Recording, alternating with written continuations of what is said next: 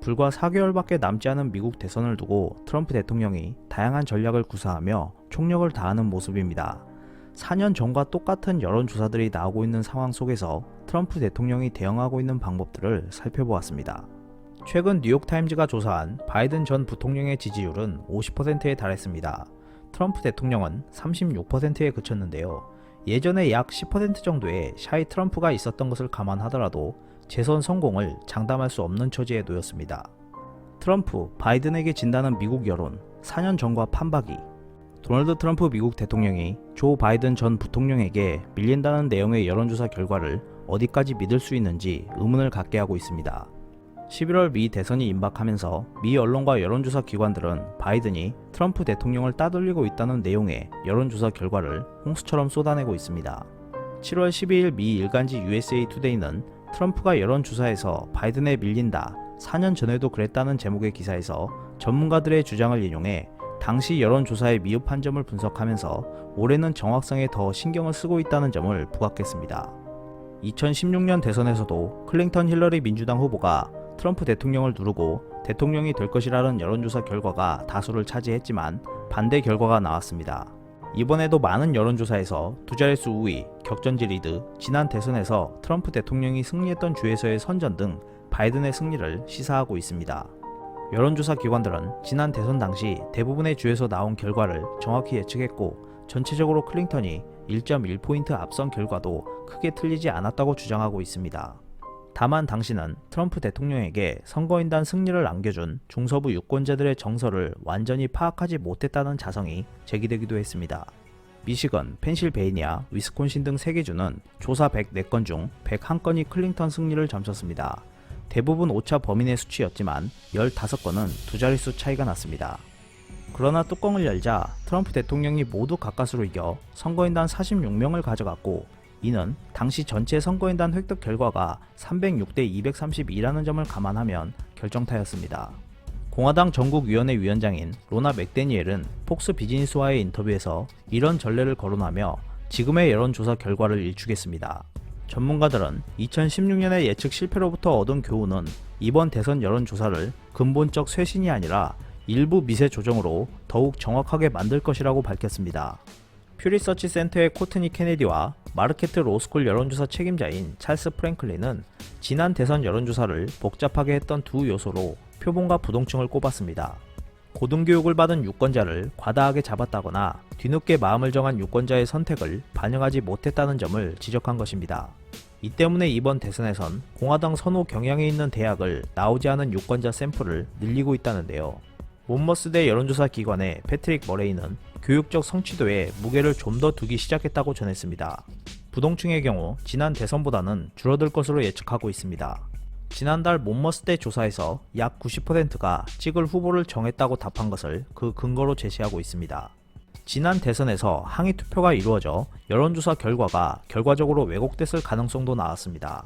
터프츠대 브라이언 셰프너 교수는 진보주의자들은 클링턴이 트럼프보다 더 낫다고 봤을지 모르지만 어쨌든 그녀가 이긴다고 믿었다며 다만 그녀에게 투표한다는 것을 견디지 못했고 항의 투표도 괜찮다고 느꼈다고 말했습니다.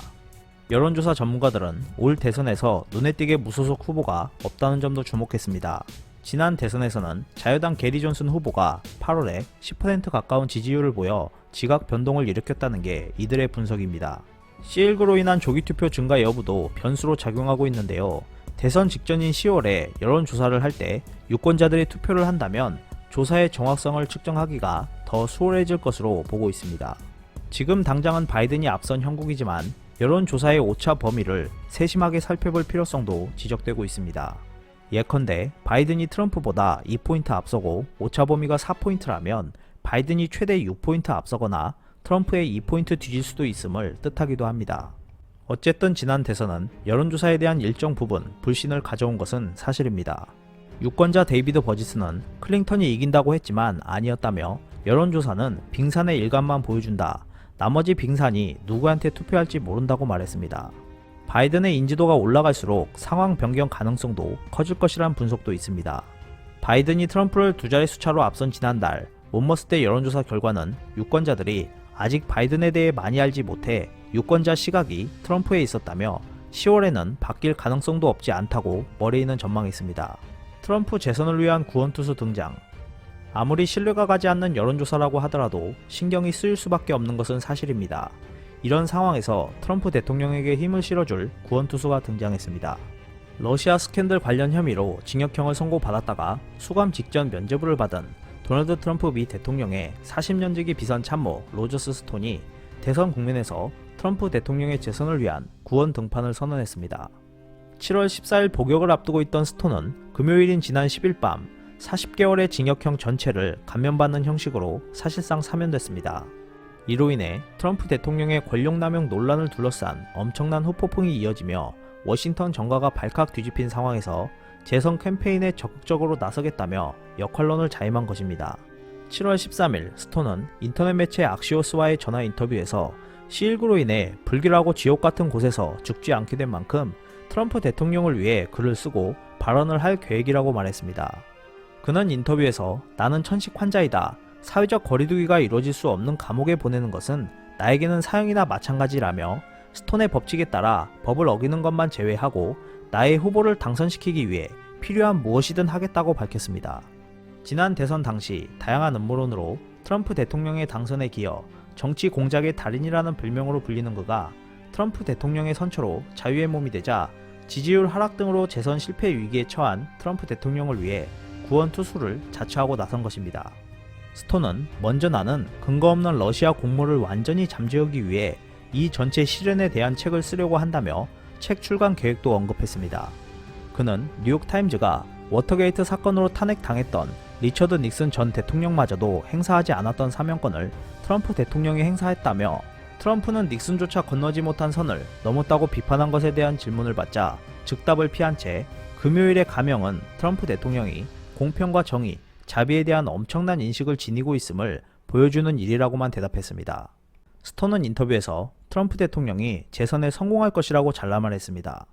그는 매우 힘든 싸움이 될 것이다. 트럼프 대통령 앞에는 유권자 사기와 나도 최근에 겪은 인터넷 검열, 그리고 기업들에게 소중한 주류 언론들이 주도하는 허위 보도 등 세 가지 장애물이 있다며 이 모든 것으로 인해 매우 어려운 레이스가 될 것이라고 내다봤습니다. 그러나 그는 트럼프 대통령은 위대한 선거운동가이자 위대한 의사소통가라고 강조했습니다. 어떻게 선거 승리를 장담할 수 있는가라는 질문에는 나는 그 누구보다 선거에 대해 잘 안다며 닉슨 전 대통령이 당선된 1968년 대선 때까지로 거슬러 올라가는 자신의 선거운동 경력을 거론하며 나보다 대통령 선거 캠페인 경험이 많은 사람을 알고 있느냐고 반문했습니다.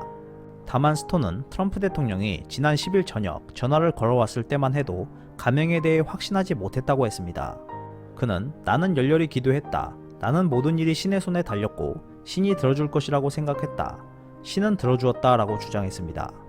총력전에 나선 트럼프.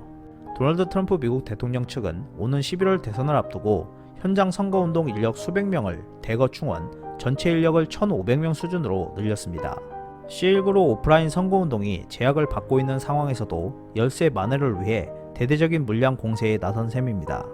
트럼프 대통령이 최근 각종 여론조사 결과 주요 경합지 및 전국 평균에서 민주당 대선 후보 조 바이든 전 부통령에게 밀리면서 비상이 걸린 상황과 무관하지 않아 보입니다.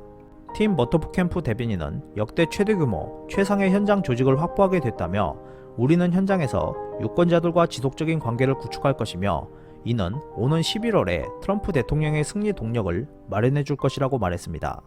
그러면서 바이든 전 부통령을 향해 조 바이든은 좀처럼 그의 지하실 밖으로 나오지 않은 채 한심하게도 주 조직 뒤에 숨어 있다며 자신의 출마에 대한 열정도 부족하다고 비꼬았습니다. 공격적 모드로 나서고 있는 트럼프 대통령 측과 달리 바이든 전 부통령이 C19 국면에서 로우키 행보를 보이고 있는 점을 비꼬은 것입니다. 트럼프 측 현장 선거운동 인력은 바이든 측의 2배를 상회하는 수준이라고 미 언론들이 전했습니다. 앞서 바이든 측은 지난 6월 말까지 600명의 현장 선거운동 인력을 확보하겠다는 목표를 삼은 바 있었지만 바이든 캠프와 민주당 전국위원회는 선거 인력 확충 계획에 대한 즉답을 하지 않았습니다. 4년 전과 비슷한 여론조사들이 쏟아져 나오고 있는 상황에서 치열한 경쟁을 벌이고 있는 트럼프 대통령의 행보가 주목되고 있습니다. 이상 피커TV였습니다. 끝까지 시청해주셔서 감사합니다. 유익하셨다면 구독, 좋아요, 공유하기도 꼭 부탁드립니다.